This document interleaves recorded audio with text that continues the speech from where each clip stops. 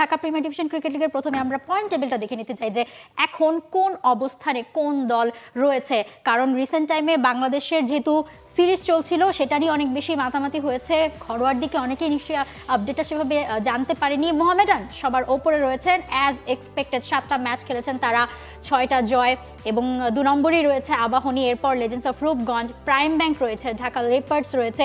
আমরা দেখতে পাচ্ছি যে ডাবল ফিগারে কিন্তু 1 থেকে 4 পর্যন্ত 4 দলেরই পয়েন্ট এই পর্যন্ত চলে গেছে।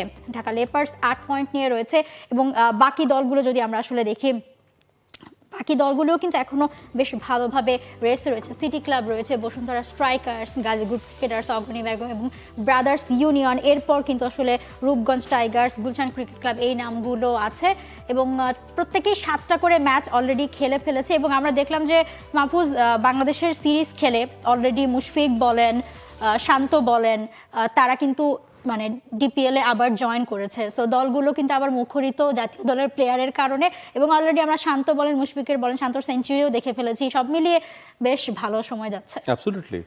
এবং আমি জানি না মোহামেডান স্পোর্টিং ক্লাবের তাদের সোশ্যাল মিডিয়া থেকে আবাহনীর জন্য এরকম একটা লাইন যাবে কিনা যে আবাহনীকে রাগ করলা।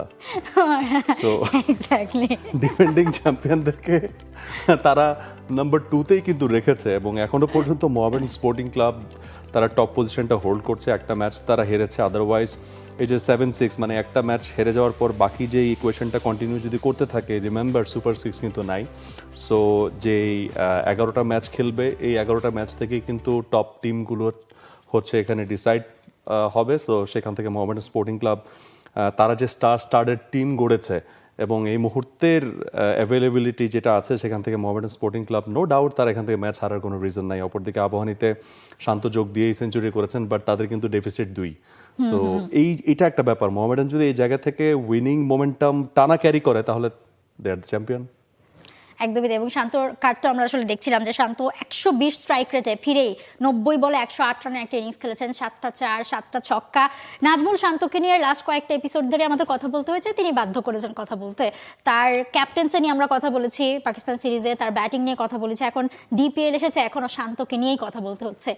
মানে যদিও একই ব্যক্তি নিয়ে বারবার কথা বলতে বলতে আমরাও মানে পচিয়ে ফেলি, কিন্তু শান্তরা আসলে এই মুহূর্তগুলো আমাদের দেয় কথা বলার জন্য, এবং তিনি এত দারুণভাবে তার মানে রিদমটা তার মানে ক্যারি করছেন, এবং আমরা আশা করি যে মানে সামনের সিরিজগুলোতেও ঠিক একইভাবে সেটা ক্যারি করবেন। For more updates, subscribe to our YouTube channel and click on the bell icon. Follow us on Facebook and Instagram. Download T-Sports app to enjoy exciting games and highlights. Visit tsports.com.